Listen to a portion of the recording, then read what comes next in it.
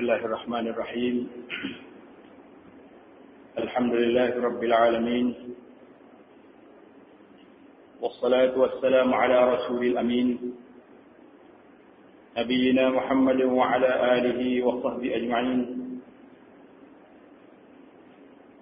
رب اشرح لي صدري ويسر لي أمري واحلل عقدة من لساني يفقهوا قولي أما بعد.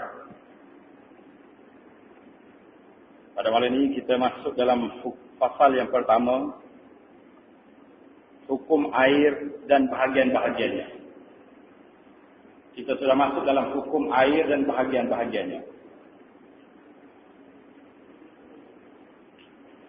Muka surat 25 dari kitab Mastik Hadis. Firman Allah Ta'ala, وَأَنزَلْنَا مِنَ السَّمَاءِ مَاءً طَهُورًا. Dan kami, yakni Allah, menurunkan dari langit air yang bersih. Firman-Nya lagi, وَيُنَزِّلُ عَلَيْكُم مِّنَ السَّمَاءِ مَاءً لِيُطَهِّرَكُم بِهِ. Dan kenanglah, yakni ingatlah nikmat Allah ketika Ia menurunkan kepada kamu hujan dari langit untuk mensucikan kamu dengannya. Allah Ta'ala waktu air berlangit sebagai menyucikan. Maka ini ayat-ayat ini dalil kepada kita tentang boleh buat bersih dengan air hujan. Air yang turun berlangit. Dan inilah termasuk daripada semua. Sama ada air hujan, air salji, air embun. Semua itu air bersih. Dan dalil-dalil air yang lain juga, jenis-jenis air yang bersih, iaitulah air sungai, air laut, mata air terjun. Semua itu air bersih, boleh buat minum dan boleh buat membersihkan dengan dia. Itu dia panggil jenis air. Jenis air yang boleh kita buat bersih, iaitulah semua jenis air. Tak daripada air sungai, air hujannya, semua sekali. Perbincangan kita mengenai hadis ini pula, dia akan jelas kepada kita tentang pembahagian air. Air itu akan bagi kepada beberapa bahagian. Di sini adalah menjadi perbincangan kita malam ini tentang pembahagian air. Yang pertama, mula-mula kita akan baca dalam kitab kita ni dua hadis. Kemudian kita akan jelaskan dalam kertas yang kita edarkan pada malam ini.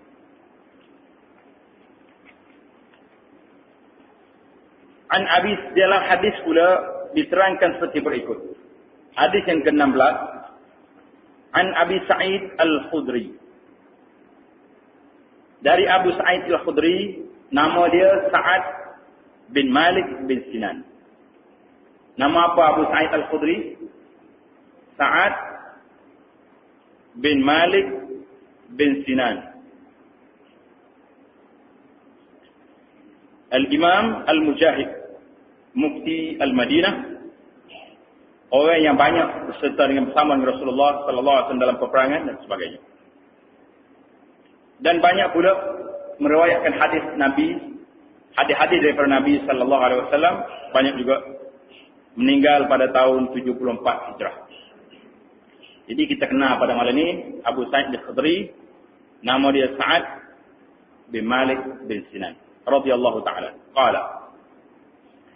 Qala Rasulullah sallallahu alaihi wasallam, innal ma'a tahurun la yunajjisuhu syai'. Innal ma'a tahurun la yunajjisuhu syai'. Ringkas ya ayat ini, cerita hadis ini tapi panjang penjelasan dia.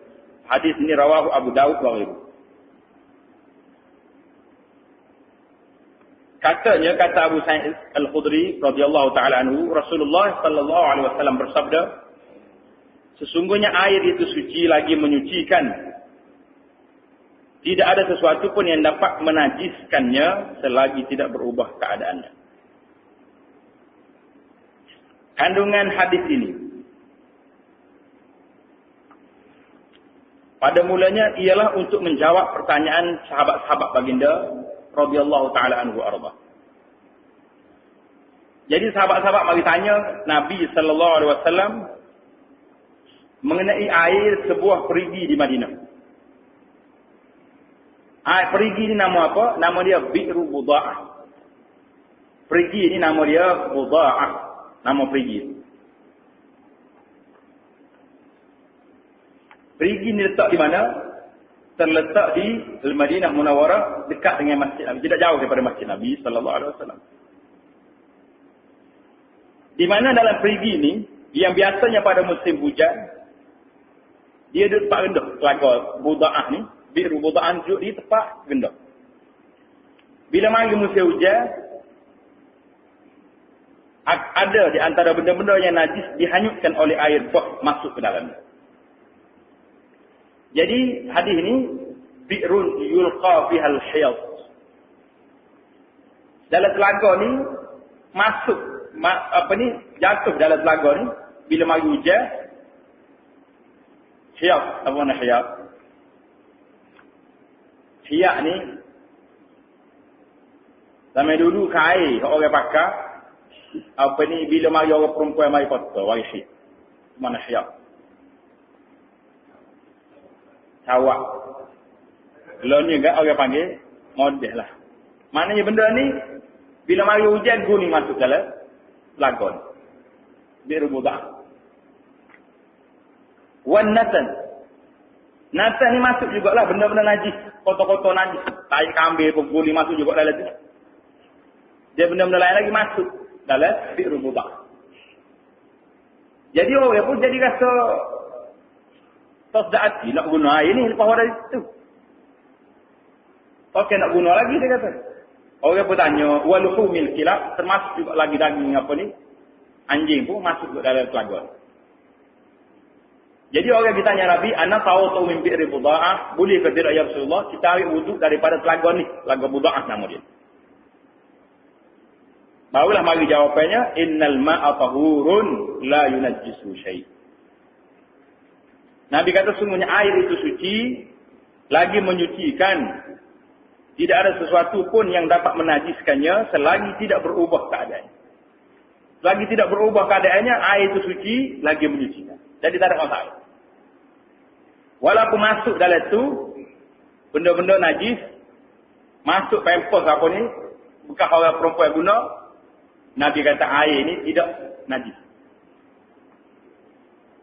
Jadi yang meriwayatkan hadis ini ialah Imam Abu Daud rahimahullah taala. Abu Daud kata dia dengar Qutaibah bin Sa'id qala. Dia pergi tanya Qutaibah bin Sa'id ni pergi tanya orang jaga telaga ni, telaga Bi'ru Buda'ah. Dia pergi ke Madinah, dia cari mana kat telaga Buda'ah ni. Bila dia jumpa, dia tanya tuan telaga hok jaga ni. Dia kata, dalam mana telagamu ni? Ya Nabi kata tak apa, jatuh benda-benda. Dia kata, air telaga aku ni paling banyak, siapa ke? Al-Anah. Anah ni siapa ke? Siapa ke dekat dengan pinggir. Bawah pada pinggir, dekat dengan bulu hari-hari tu dia panggil Anah. Apa sih? Dah lekat lah juga telaga tu. Kalau apa ni, paling kurang dalam mana? Bila waktu subuh, dalam mana telaga ni? Dia kata, dunal aurah. Kuat sikit pada aurah. Maksudnya, sekat lutut. Di antara lutut dengan atas sikit pada, dia panggil al-anah. Itu dalam telaga. Pasal lepas ni nak ukur pula ni. Nak masuk dalam air 2 kolom. Entah mana 2 kolom. Kita dengar ayat kecil lagi. 2 kolom. Banyak mana 2 kolom? Kalau suruh dia orang ukur lah, dia tak isi. Dia kata 2 kolom, banyak mana? Kalau kita kata ukur 2 kolom. 2 mana? Jadi malam ni insyaAllah kita akan jumpa 2 kolom tu. Mudah, ya? Tidak kata payah-payah. Cumanya kita tidak bicara cara duduk dengar orang-orang. 2 kolom. Aja kita bicara perjelaskan sikit. Apa dia makna 2 kolom? Jelas.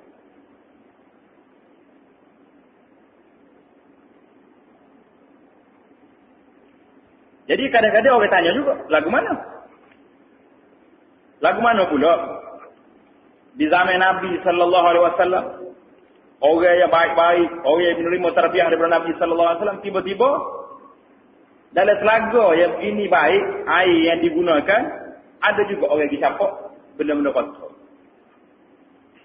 Mungkin Kalau orang tak faham cerita ni, mungkin dia fikir nakal juga dia tahu zaman Nabi, tak jauh juga. Selagak orang guna beritahu juga benda najis. Jadi jawapan ulama mengata di antaranya Al-Khattabi, seorang ulama masyhur dalam bidang hadis, dalam kitab dia Ma'alimus Sunan. Dia kata jangan suka jahat sahabat-sahabat Nabi. Jangan suka tak baik sahabat Nabi, mu kena ingat dia kata. Yang pertama sekali telaga ni bi'r Rubuda'an duduk di bawah lembah. Bila hujan mari, air hujan terbawa benda-benda najis ni masuk ke dalam, jatuh dalam telaga. Itu tafsiran yang pertama. Tafsiran yang kedua, dia kata di zaman Nabi ada munafikin dan ada Yahudi. Kalaulah kiranya berlaku sungguh orang tahu, mana pokok ni tak duduk. Orang tidak beriman dengan Nabi sallallahu alaihi wasallam dia panggil Yahudi atau munafik, memang dia nak ngenak kepada orang Islam, nak ngenak kepada orang Islam. Jadi jangan sangka tak baik kepada orang muslimin, nak kata orang Islam zaman Nabi pun tak ada disiplin juga. Lah, abadan tak lihat.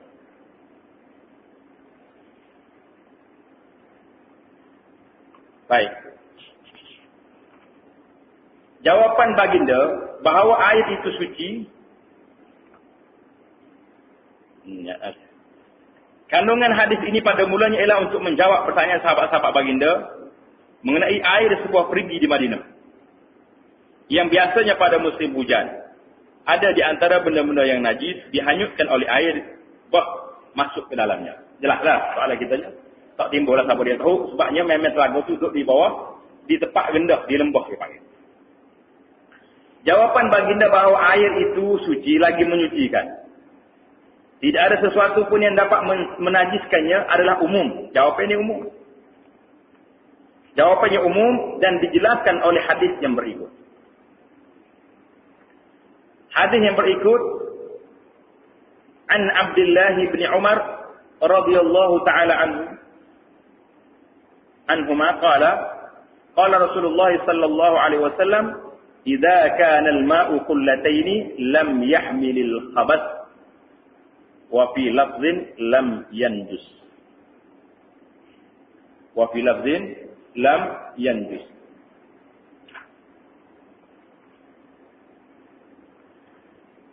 Dari Abdullah bin Umar radhiyallahu anhuma katanya, Rasulullah sallallahu alaihi wasallam bersabda, apabila air itu berkeadaan sebanyak dua qullah, baca ayat dia. Kita yang panggil qullah. Dua qullatain, di mana qullah. Tidaklah ia menerima kekotoran. Bila air itu dua qullah, air ini tidak akan terima kotoran lagi. Tak akan terima kotoran. Dalam satu lafaz yang lain, tidaklah ia menjadi najis. Itu dua hadis yang jadi bawa oleh ini. Dalam hadis yang lain pula, dia jelas pula dalam hadis yang lain Nabi sallallahu alaihi wasallam kaya tambahan kepada hadis tak jadi najis ni bila dia dua qullah, kecuali apabila bertukar bau dia, bertukar warna dia dan bertukar rasa dia. Bila air ini sudah bertukar warna, bertukar bau dan tukar rasa dia, pada masa itu walaupun dua qullah ataupun lebih, air tak kejadian najis. Jadi perbincangannya lepas ni kita baca dulu dari kitab.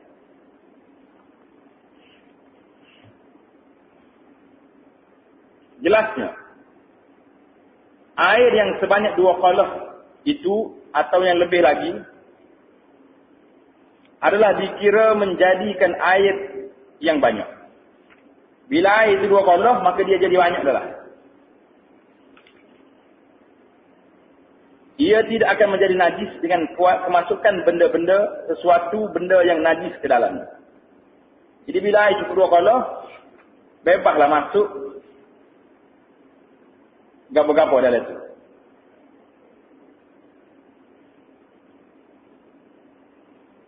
Selagi ia tidak berubah warnanya atau baunya atau rasanya. Itu syarat dia. Air banyak, lepas pada dua qullah, yang kedua dia tidak berubah.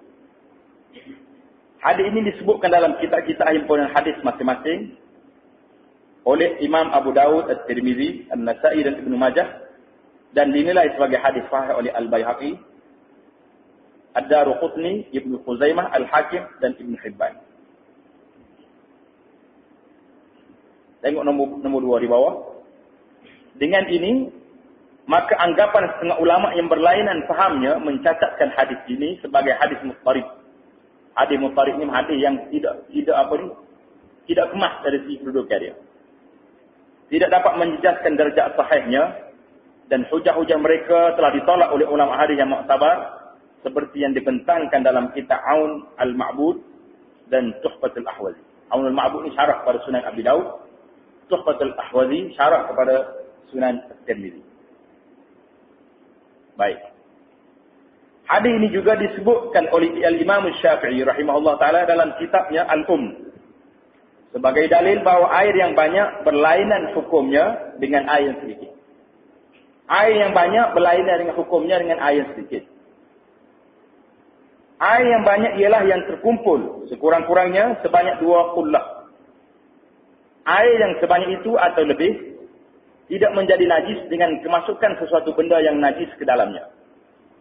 Selagi ia tidak berubah baunya atau rasanya atau warnanya. Itu saja syarat dia.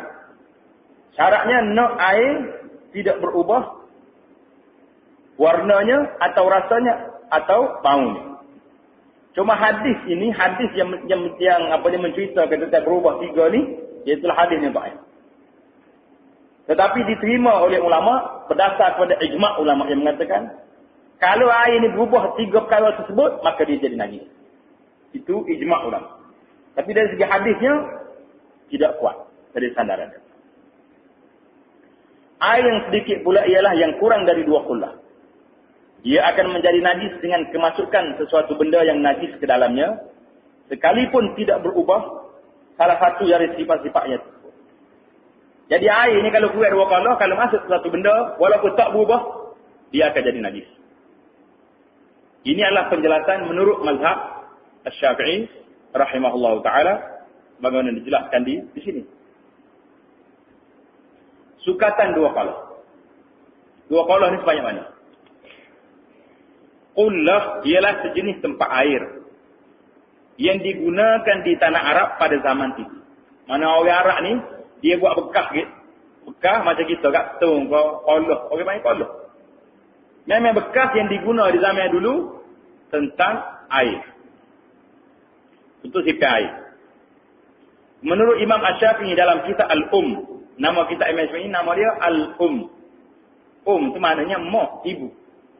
Pasal itulah setengah orang panggil Al-Umm ni sebagai kitab induk.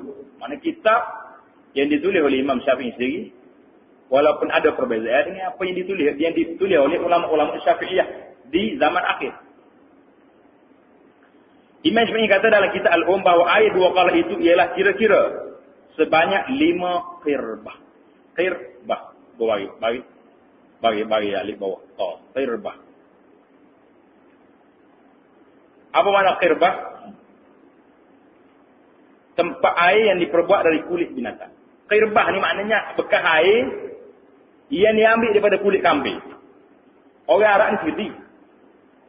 Bila dia sembelih kambing, dia tak lapah belah 2 punggung kambing sedap. Dia kerak tengah sini, tapi dia heret tu. Dia buat buka tekak ni heret tu baju dia tu. Baju kambing. Dia kerak lengan sini. Kalau kita pergi negara Arab ni, masih ada lagi qirbah daripada kulit kambing yang digunakan oleh orang Arab. Dia tipai madu dalam tu. Bukan madu dalam kulit kambing ni. Kalau air 200 kilo, dia naik 400-500 kilo. Tipai ni asli, dia kata dalam kendari. Masih guna lagi. Jadi qirbah ni satu bekas air yang dibuat dari kulit kambing. Jadi kira-kira 5 qirbah yang biasa digunakan di negeri Hijaz. Mana negeri Hijaz?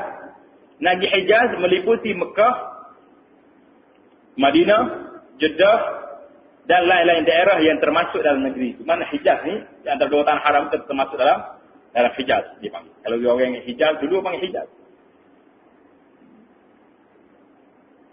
Kalau mengikut huraian ni tak faham lah kita. Baik mana 2 qullah? 2 qullah ni maknanya 5 qirbah. 5 apa dia? Bekas air kalau digunakan oleh Arab zaman itu. Banyak mana? Mana ada kita tengok kirbah lagi lah. Kena apa tak? Kita tunggu pada penjelasan yang kedua.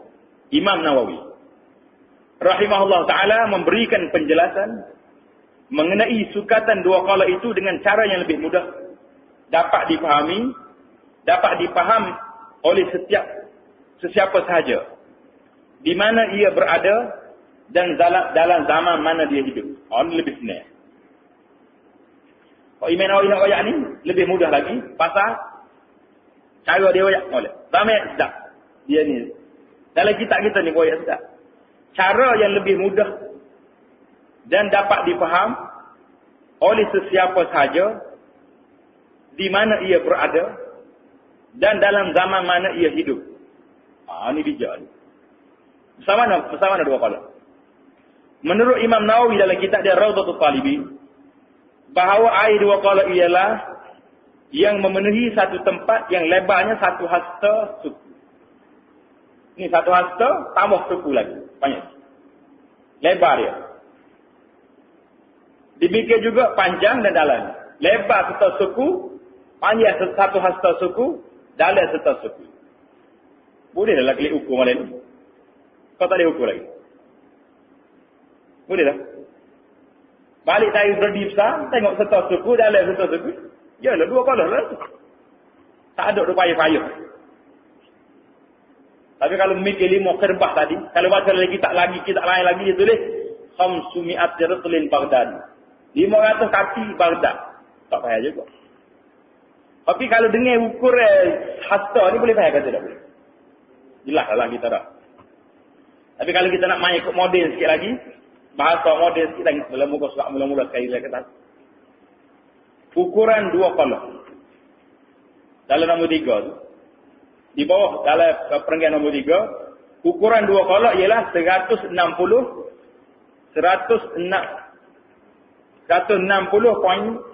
liter. Kalau nak main liter. Itu dalam kitab Mu'jam Lughatul Fuqaha. Satu kitab nama dia Mu'jam Lughatul Fuqaha. Dia kata dua qala ini mengikut mazhab Syafi'i, ialah 160.5 liter. Tapi dalam kitab Al-Fiqh Al-Manhaji, ikut dalam mazhab Syafi'i juga, dia kata 192,857 kilogram. Boleh kau ukur lagi. Mana senang? Ya? Hasta senang lagi. Nak pergi bilik, nak pergi timbang payah, nak cari kaki banyak mana? Kalau ada kilo dapur tu, orang nak timbang kuih ya, 4-5 kilo ada. Jadi sebenarnya hasta lebih. Mudah kita. Jadi itulah perbincangan yang ada lagi tak kita ni mengenai air. Jadi tak jelas juga lah kepada kita bagaimana keadaan jenis-jenis air yang ada.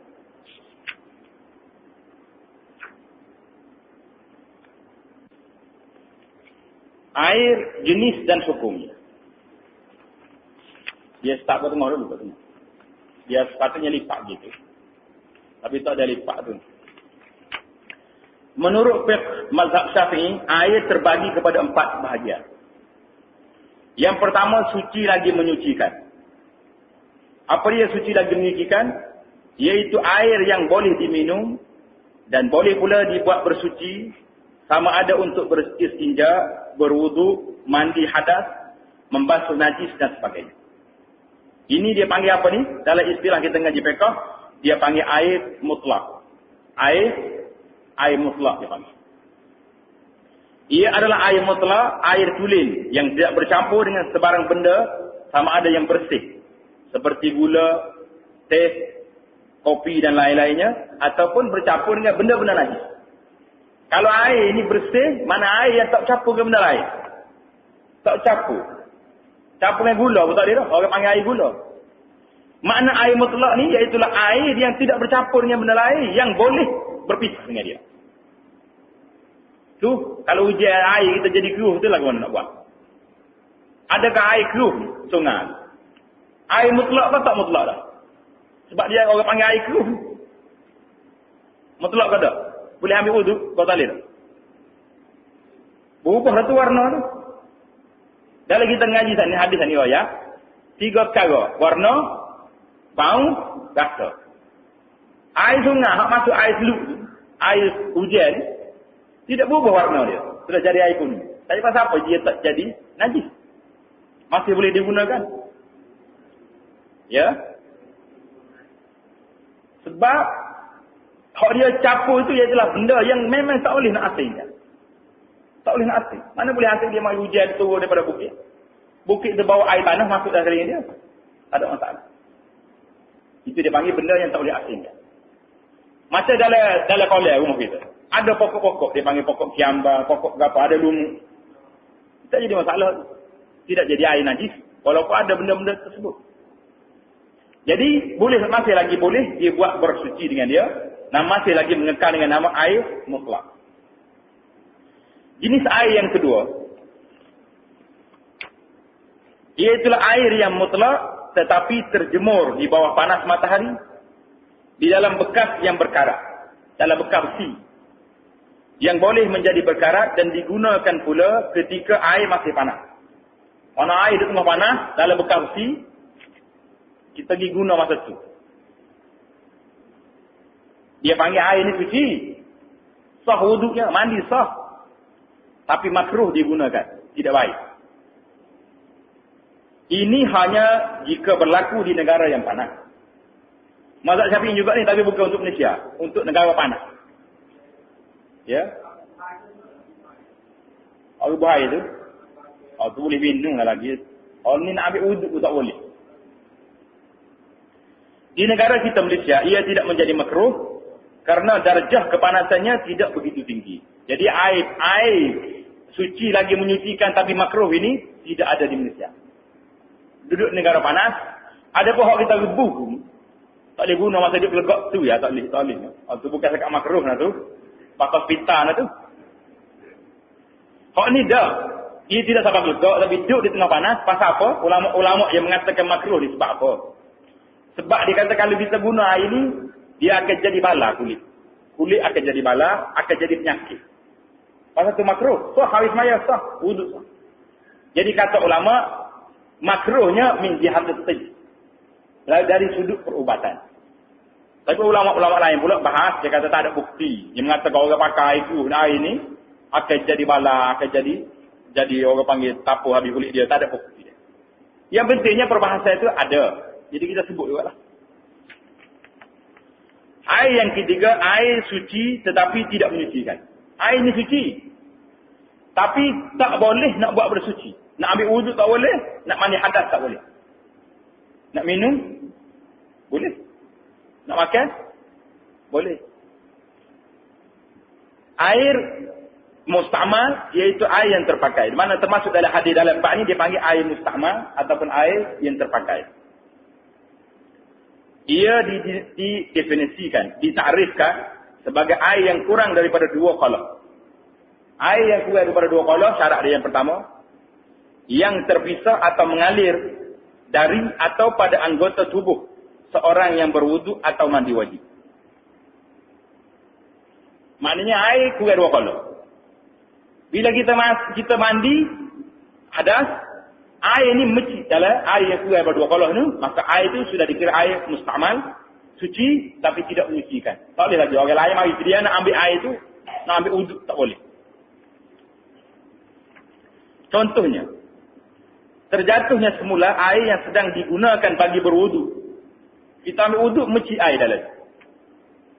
Ke dalam bekas simpanan air yang digunakan sebagai sumber air wuduk atau air yang sama yang tidak mengalir dari sumber yang baru yang diguna bagi mengulang basuh keseluruhan anggota wuduk.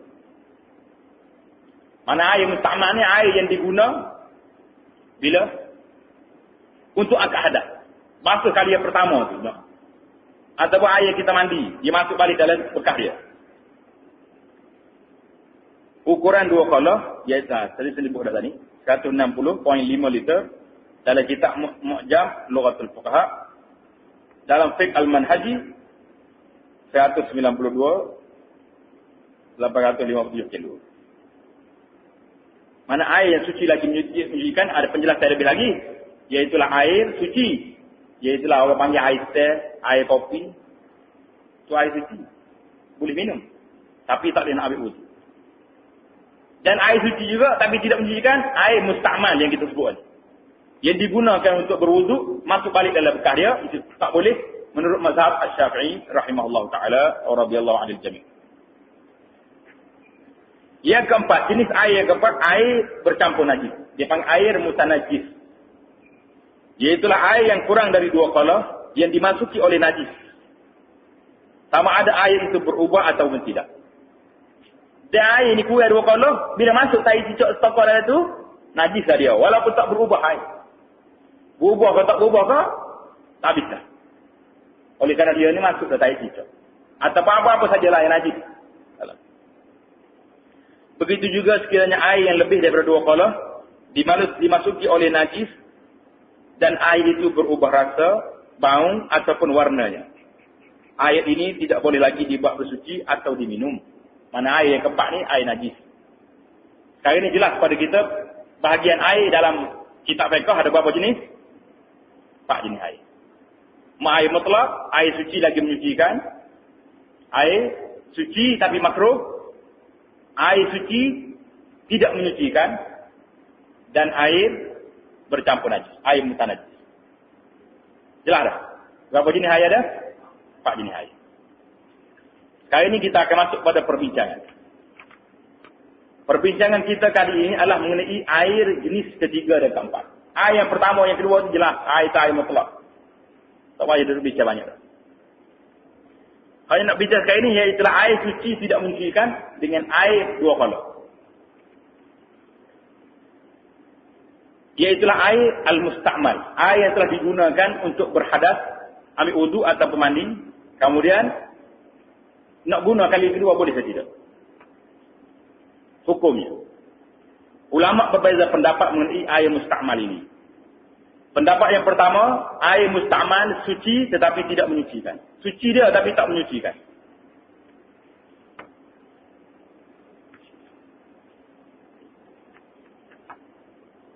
Ini adalah pendapat jumhur ulama, iaitulah mazhab Hanafi, Syafi'i dan Hanbali. 3 mazhab mengatakan dia ini suci tapi tidak menyucikan.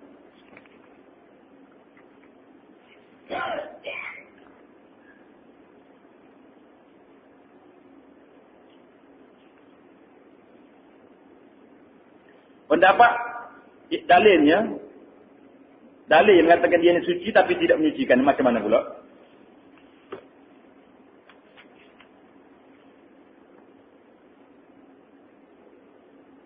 Dalil bahawa ia suci adalah sebagaimana hadis dari Jabir radhiyallahu taala. Jabir cerita, waktu dia sedang sakit kuat, maka Rasulullah sallallahu alaihi wasallam datang menziarahiku, ziarah Jabir, untuk bertanyakan keadaan. Nabi ziarah Jabir, tengok tanya khabar dia, sakit setara mana ni? Ketika itu aku sakit dan tidak sedar. Lalu baginda sallallahu alaihi wasallam berwudu dan mencurahkan air wuduknya ke atas. Nabi ambil wuduk, dia tak ada air wuduk dia tu. Lepas tu dia ambil air yang dia wuduk tu, dia curah atas Jabir. Orang panggil jiru, siram atas Jabir. Ini menunjukkan bahawa air yang kita gunakan untuk berwuduk, suci ke tak suci? Suci, bersih. Pasal, kalau air itu sudah najis, takkanlah Nabi nak curah atas orang pula. Tak menasabah Nabi nak ambil air yang sudah yang najis, pergi curah di atas sahabat dia yang bernama Jabir. Tak mungkin. Jelas tak? Itu dalil yang pertama yang mengatakan air ini suci.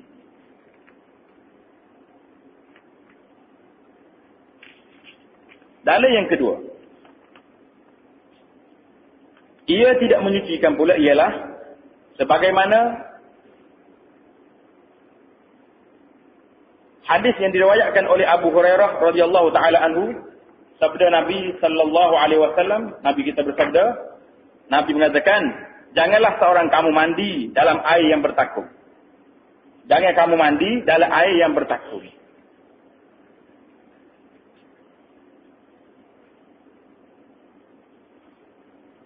Iaitulah air tenang yang tidak bergerak. Sedangkan dia dalam keadaan berjunub.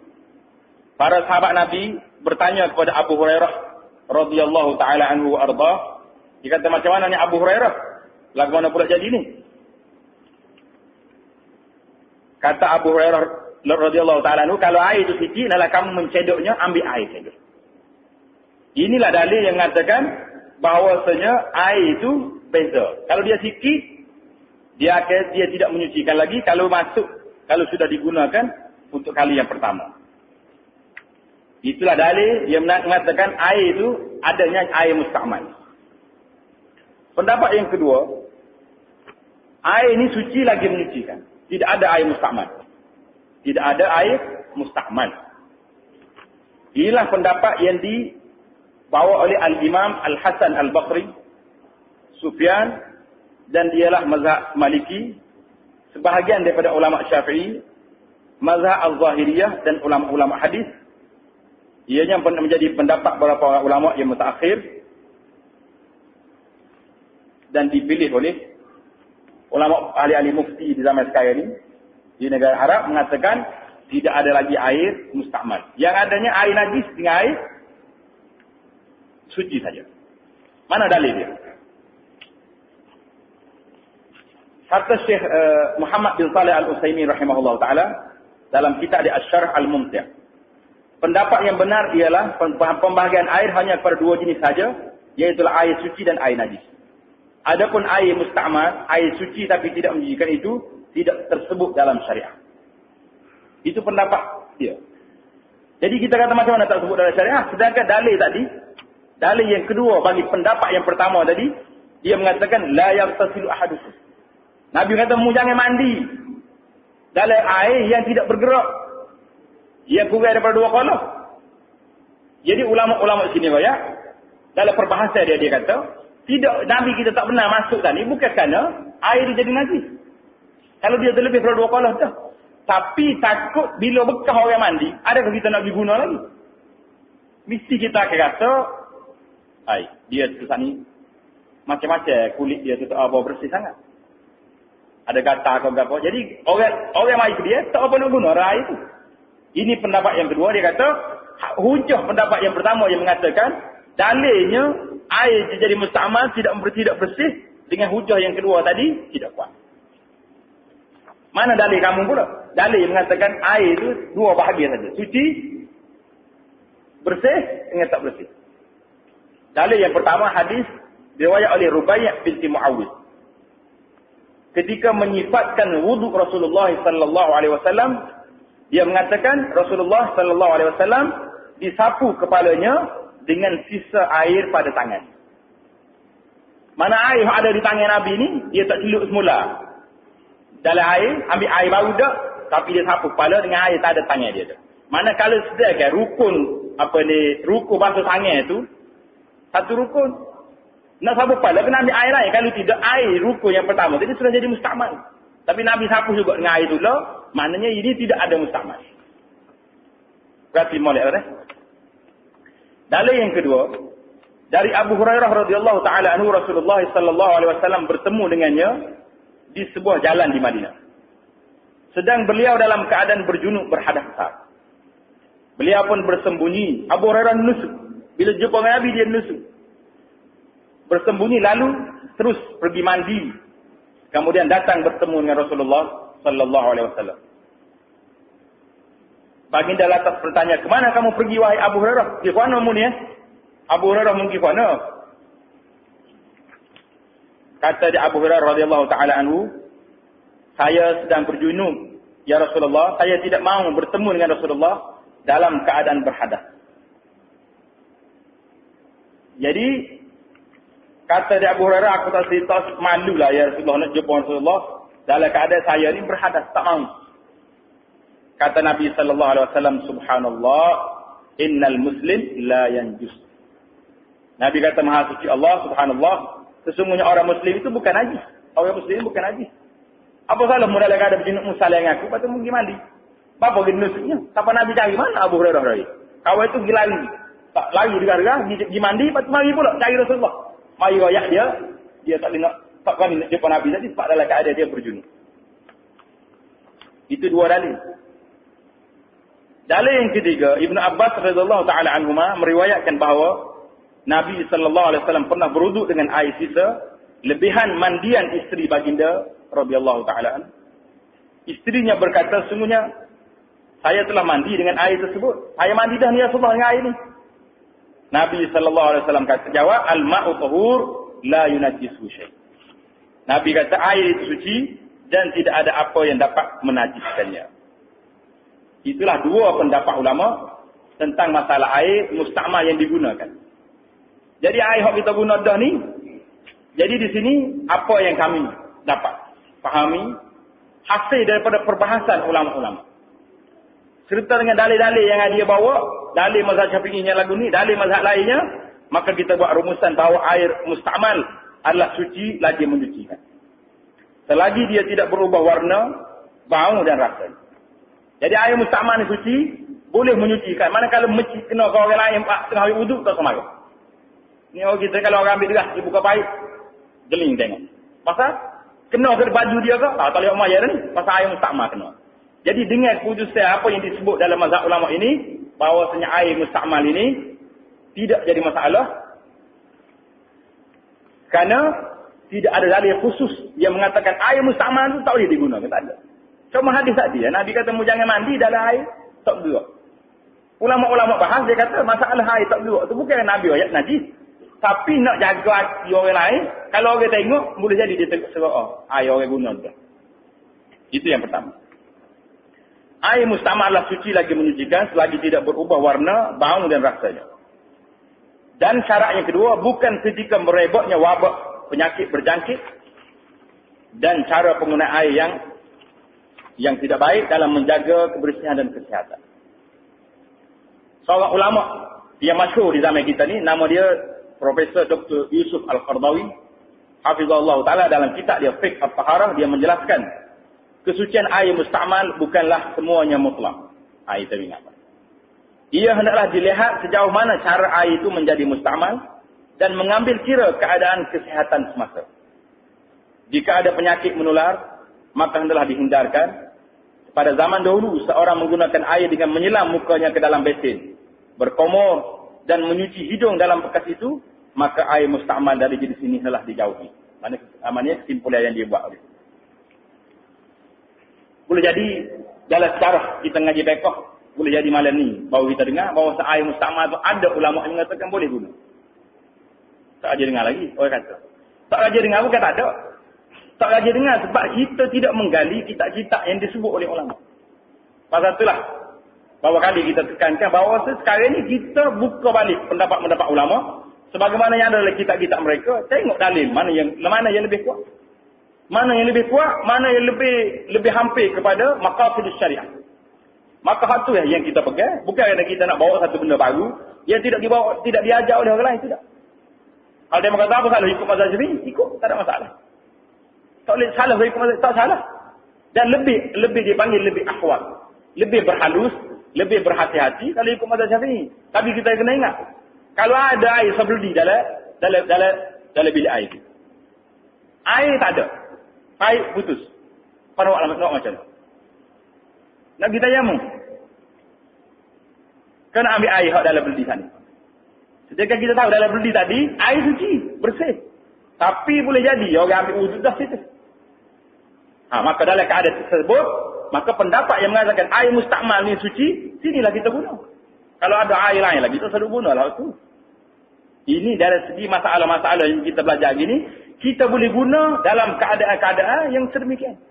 Dalam keadaan sebesar lagu ni, air tak ada sebelum dini ya. Tak cukup dua kala. Kita rasa waktu mai zuhur ni kita ambil dah air dalam kawasan ni. Boleh jadi air ni musta'mal. Maka kita tengok dalam berdiri ni tidak ada kesan-kesan najis, tak ada. Pada waktu itu, kita gunalah pendapat yang mengatakan air musta'mal ni tidak najis, kita ambil wuduk. Kalau nak kita yamu, air ada. Tayamu dengan ada air tak usah. Tayamu. Maka kita kena pandai guna dan luah pemikiran kita dengan pendapat-pendapat di kalangan ulama bersama dengan hujah-hujah mereka. Sekarang ini kita balik masuk pada perbincangan mengenai air sikit lagi untuk penjelasan lebih lanjut mengenai air yang kurang dari 2 kala. Sama-sama kita perhatikan komentar Al-Imam Abu Hamid Al-Ghazali rahimahullah ta'ala dalam kitab Ihya Ulumuddin. Dalam kitab Ihya Ulumuddin, Al-Imam Al-Ghazali bahas panjang dalam masalah air. Yang kata tak ada. Imam Ghazali ni salah seorang daripada imam yang muktabar, yang masyhur dalam mazhab Syafi'i. Orang yang masyhur benar dalam mazhab Syafi'i. Dia ada kitab yang dalam fiqh dia, kitab yang paling besar sekali, nama dia Al-Basit. Oh, ni kitab paling besar dalam mazhab Syafi'i. Lepas tu dia tengok, dia kata orang tu dia baca kali Al-Basit. Panjang sangat. Dia peringkas sikit. Yang kedua, nama dia kitab Al-Wasit. Dia kata Al-Wasit pun panjang juga. Korea orang nak baca. Dia peringkas yang kedua, nama dia Al-Wajiz. Al-Wajiz kalau kita baca juga. Dia ringkas lagi kitab dia kali keempat, kali yang ketiga ringkas, nama dia Al-Mukhtasar. Jadi Imam Ghazali dah dapat dua ekor, dia ada kitab Al-Wasit, Al-Basit, sekali. Al-Basit, Al-Wasit, Al-Wajiz dan Al-Mukhtasar. Jadi masa anak belajar dulu, salah sebuah daripada kitab yang kita khidmat dalam kitab Imam Ghazali, iaitu syarah kepada kitab Al-Wasit. Syarah kitab Al-Wasit ni besar dianya 35 jilid. 35 jilid. Pihak universiti Jabatan Fiqh bagi kepada pelajar, kalau semua sekali kitab ni dibahagikan, mungkin pelajar-pelajar kita dapat lebih daripada 20 PhD. Kitab Imam Ghazali tu seorang dia, itu dia mau di Ibn Rif'ah. Syarah kepada kitab Al-Wasit ni, tulis seorang dia je, zaman ni boleh 20 PhD. Nak orang yang alim ulama zaman dulu. Sekarang ni kita nak balik kepada pendapat komentar Al-Imam Asy-Syafi'i rahimahullah ta'ala dalam masalah air dua kolom. Oh ni kita kata bukan tak ada. Ulama-ulama bahas. Ulama-ulama fiqh Syafi'i sendiri pun bahas dalam masalah air. Cuma kita tak berani nak buka. Boleh jadi mata kita sekat tu ya. Boleh buka. Pek mata kita ni powernya. Orang panggil tak boleh nak boleh jauh sekat tu. Tak apalah. Jazakumullah khairan lah pada tua-tua guru kita, ustaz-ustaz kita lah. Tuan-tuan lepas kita duduk mengajar sama kita, tak apa. Jadi, apa Imam Ghazali kata dalam kitab Ihya Ulumuddin dalam masalah air, katanya. Air itu keluar daripada sifat air suci dengan sebab berubah rasanya. Warnanya atau baunya. Kerana terkena najis. Ini jelas tak? Airnya keluar daripada sifat suci, apabila berubah rasa dia, warnanya, baunya, kerana terkena najis. Jika air ini tidak berubah dan jumlahnya 2 kolah, iaitu hampir 250 takaran atau 500 kaki erat. Tak kira lah itu tak kenal lah korang. Kita balik kepada ukuran hasta tadi atau ukuran liter yang kita lihat tadi. Maka air itu tidak najis kerana sabda Rasulullah sallallahu alaihi wasallam, "Idza balagal ma'u qullataini lam yahmil khabatha." Apabila air itu telah mencukupi 2 kolah, dia tidak mengandungi kotoran. Jika sekiranya kurang daripada yang tersebut dan air itu tidak mengalir, ia najis pada pandangan Syafi'i. Ini kata-kata siapa? Imam Ghazali. Manakala air yang mengalir, apabila berubah kerana najis, maka ia mengalir. Air mengalir yang berubah itu menjadi najis. Bukan yang di atas dan yang di bawah. Atas lepas, bawah lepas. Ini kerana aliran itu terpisah-pisah. Demikian juga najis yang mengalir dengan air itu. Kalau tanya air mengalir atas najis. Kalau yang kedua ni najis mengalir dalam air. Bersama dengan air. Maka najis itu di tempatnya mengalir bersama air itu. Dan yang di kiri kanannya apabila air itu kurang daripada 2 kolah, jadi najis juga. Jika aliran air itu lebih kuat daripada aliran najis, maka apa yang di atas najis itu adalah suci, sedangkan apa yang di bawahnya adalah najis. Meskipun jauh dan banyak. Kecuali jika air itu terkumpul dalam satu telaga kolah berukuran 2 kolah tadi. Apabila air najis itu berkumpul mencukupi 2 kolah, ia menjadi suci dan tidak menjadi najis dengan sebab dipisahkan dengan mengambil, mencedok sebahagian daripadanya. Inilah pendapat mazhab Syafi'i. Itu penjelasan mengenai air yang disebut oleh Imam Ghazali dalam Ihya Ulumuddin. Kemudian dia kata, wa kuntu awad. Terjemah hadiahnya, saya kata Ghazali rahimahullah ta'ala, amat berharap, amat suka jika mazhab Syafi'i ini berpendapat seperti mazhab Malik. Mana mazhab Malik kata? Iaitulah air tidak akan menjadi najis walaupun sedikit kecuali berubah. Mazhab Malik Iaitulah mazhab kedua tadi. Pendapat yang kedua yang mengatakan tidak ada air mustakmal selagi dia tidak berubah dengan najis. Jadi Imam Ghazali kata, aku suka benar. Saya berharap benar jika mazhabnya ini, iaitulah mazhab Syafi'i ini, berpendapat seperti mazhab Malik. Iaitu air tidak akan menjadi najis walaupun sedikit kecuali berubah. Mana Imam Syafi'i, Imam Ghazali mazhab Syafi'i. Tapi dalam masalah air ini, dia lebih suka pada mazhab Maliki yang mengatakan air sedikit, kalau dia tidak berubah, walaupun sudah digunakan, najis. Tapi walaupun kalau dia berubah, barulah dikira najis. Air sedikit tidak jadi najis walaupun kecuali dengan berubah.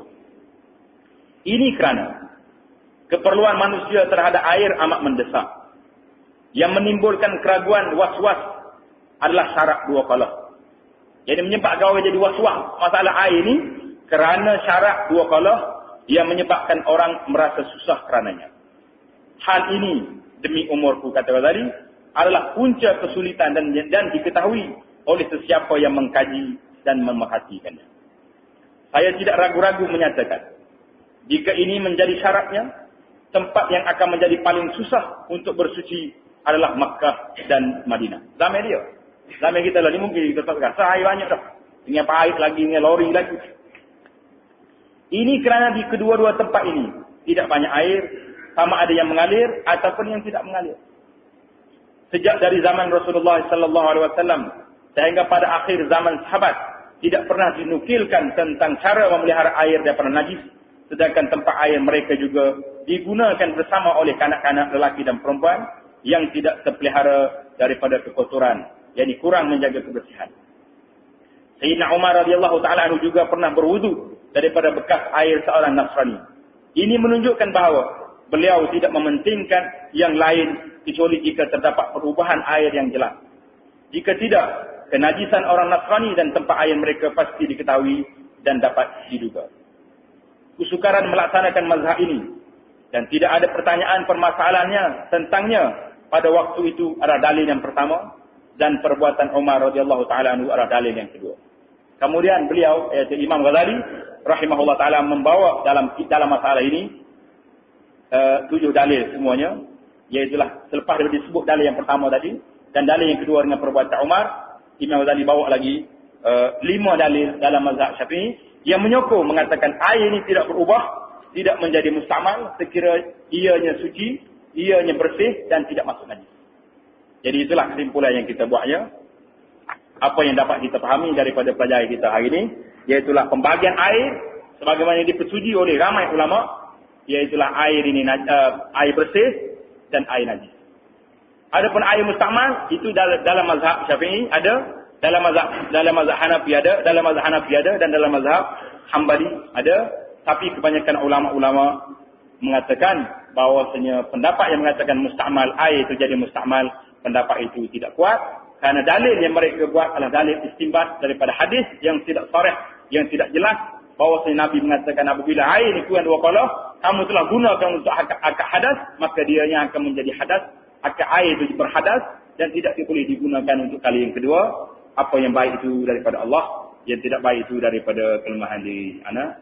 Aqulu qawli hadza wa astaghfirullah li wa lakum. Assalamualaikum warahmatullahi wabarakatuh. Subhanakallah wa bihamdik, asyhadu an la ilaha illa anta